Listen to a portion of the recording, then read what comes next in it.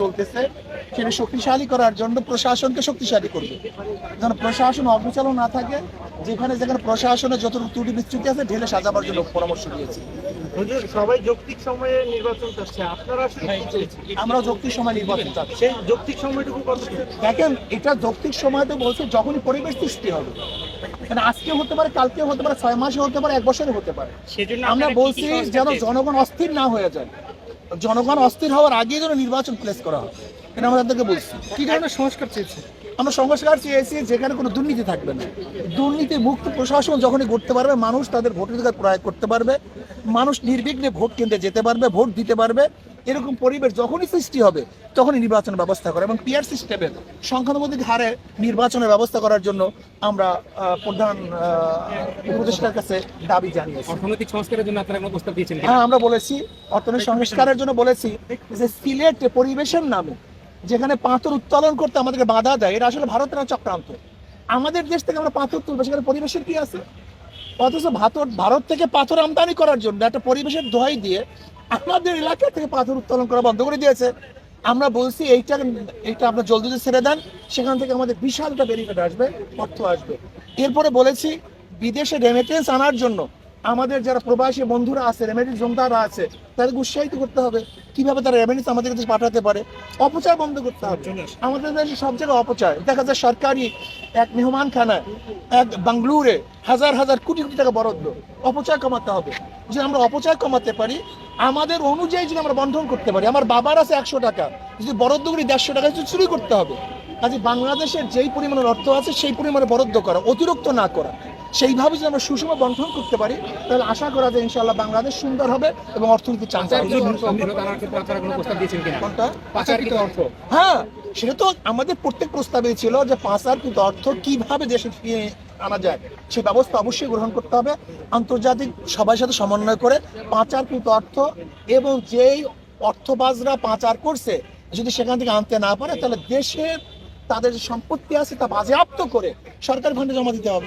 দুইটা বিষয় একটা বিষয় হচ্ছে নির্বাচন কমিশনের বর্তমানে হাবু আউয়ালকে অবশ্যই পদত্যাগ করতে হবে এবং যারা 14, 18 এবং 24-এর নির্বাচন উপহার দিয়েছে, রাত্রের ভোট দিয়েছে এবং যারা প্রশাসনের নির্বাচন উপহার দিয়েছে তাদেরকে অবশ্যই বিচারের আওতায় আনতে হবে। হুজুর, দুইটা বিষয়, একটা হচ্ছে নির্বাচন নিয়ে কি আলোচনা হয়েছে, আর দ্বিতীয় বিষয় গতকালকে আপনাদের যে সম্মেলন হয়েছে সেখানে আপনারা জামাত ঐক্যের আহ্বান করেছেন, এই বিষয়টা কি জামাতকে আসলে কোনো সাড়া দিয়েছে কিনা? না, আমরা বলেছি জামাতের সাথে হক্কানি উলামায়ে কেরামের যে বিরোধ আছে, যে ইখতিলাফ আছে, মতানৈক্য আছে, জামাতের এখন সুবর্ণ সুযোগ। যদি সেই মতানৈক্যগুলি মিটিয়ে দেয় তাহলে জামাতের সাথে ঐক্য হওয়াটা খুব সহজ হয়ে যায়। আর যতক্ষণ পর্যন্ত হক্কানি উলামায়ে কেরামের সাথে মতানৈক্য না মিটাবে ততদিন পর্যন্ত জামাতের সাথে ঐক্য হওয়াটা অনেক দূরত্ব পয়দা হবে, কাছাকাছি কঠিন হয়ে যাবে। না, আপনারা যেটা বলছেন আসলে কওমি ঘরানা উলামায়ে কেরামের সাথে না, কিছু ব্যক্তির সাথে, তাও বৈঠকের উদ্দেশ্যে নয়, কোনো এক ভিন্ন দাওয়াতে তারা গিয়েছেন, সেখানে এই বিষয়ে আলোচনা করেছেন।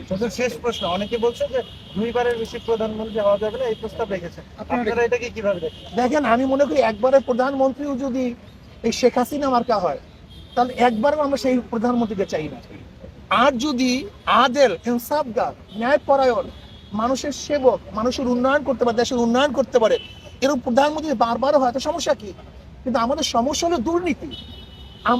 আমরা যেই একটা আমাদের যে দর্শন লালন করতে, দর্শনের মধ্যে ভুল। আমি দর্শনটা দেবো নাকি 1 মিনিট? এক ব্যক্তির নাম এ, এক ব্যক্তির নাম বি, এক ব্যক্তির নাম সি, তিনজনের চোর, ক্ষমতা এ, সে কি করবে? চুরি করবে। হটাও এ, বসালাম বি, সে কি করবে? চুরি করবে। হটাও বি, বসালাম সি, সে কি করবে? চুরি করবে। কারণ হলো ব্যক্তির পরিবর্তন হয়েছে, দলের পরিবর্তন হয়েছে, নীতি আদর্শ পরিবর্তন হয় নাই। ওসি পরিবর্তন হয়, ঘুষের পরিবর্তন হয়েছে। আপনার এসপি পরিবর্তন হয়, ঘুষের কি পরিবর্তন হয়েছে? কারণটা কি? চেয়ারের পরিবর্তন হয়, লেকিন আদর্শ পরিবর্তন হয় না।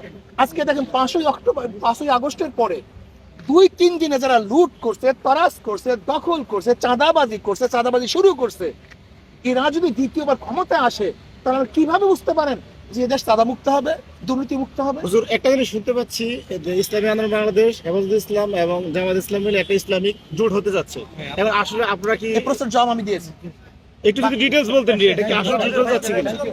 একই ব্যক্তি বা একই দল যদি বারবার ক্ষমতা আসে তখন সেখানে অবশ্যই স্বৈরাচারী একটা মনোভাব চলে আসে। না, আমি মনে করি আদর্শ ভিত্তিক ব্যক্তি যতক্ষণ পর্যন্ত ক্ষমতায় না আসবে, নীতি ও আদর্শ ভিত্তিক ব্যক্তি যতদিন ক্ষমতায় না আসবে, একদিনও যদি চোর ক্ষমতা আসে একদিন সে চুরি করবে, 2 দিনের জন্য যদি দুর্নীতিবাজ ডাকাত ক্ষমতা আসে সে ডাকাত দুর্নীতিবাদ করবে। আমি মনে করি আদর্শ এবং নীতিবান ব্যক্তি যতক্ষণ পর্যন্ত ক্ষমতায় না আসবে ততক্ষণ পর্যন্ত যত চেষ্টা করেন না কেন মাদার গাছ লাগিয়ে আমের আশা করা যায় না। এটাই বাস্তবতা। দেখেন, ভারত আমাদের পার্শ্ববর্তী কান্ট্রি, তার সাথে আমাদের সম্পর্ক থাকবে, আমরা সুসম্পর্ক রাখতে চাই, কিন্তু তার কর্তৃত্ব আমরা বরদাস্ত করবো না, তার নেতৃত্ব আমরা বরদাস্ত করবো না। আমাদের অভ্যন্তরীণ কোনো বিষয়ের হস্তক্ষেপ করবে এইটা আমরা বরদাস্ত করবো না। ভারতের পররাষ্ট্রমন্ত্রী বলেছে, জয়শঙ্কর বলেছে যে আমরা বাংলাদেশের সাথে সুসম্পর্ক করতে চাই। এটা তো বলবি, এটা তো তার দায়িত্ব, আমরা তো সুসম্পর্ক করতে চাই, কিন্তু তার কর্তৃত্ব নেতৃত্ব চাই না, তার দাসত্ব আমরা চাই। আমরা স্বাধীন দেশ, স্বাধীন হিসেবে বসবাস করতে চাই। কেন আমি পার্শ্ববর্তী কান্ট্রির সাথে খারাপ ব্যবহার করবো কেন? এটা তার সাথে সুসম্পর্ক রাখাই তো ভালো, কিন্তু আমাদের পানি বন্ধ করে দিবে, আমাদের ফ্রি রোড নিবে, আমাদের নৌ টার্মিনালগুলি ব্যবহার করবে, এটা আমরা চাই। এখানে 10 লক্ষ লোক কাজ করবে আর আমাদের লোক বেকার থাকবে, এখান থেকে রেমিডিস ভারতে পাঠাবে। দেখেন 90%, আজকে দেখেন তাদের জিডিপি সবচেয়ে কম, এই 30 বছরের মধ্যে জিডিপি তাদের সবচেয়ে কম। এর কারণটা কি? 90% আমাদের বাংলাদেশি লোক সেখানে পর্যটক কমে যাওয়ার কারণে তাদের অর্থনীতিকে ধস নামছে। এটাই বাস্তবতা। সবাইকে ধন্যবাদ। জয়সিমন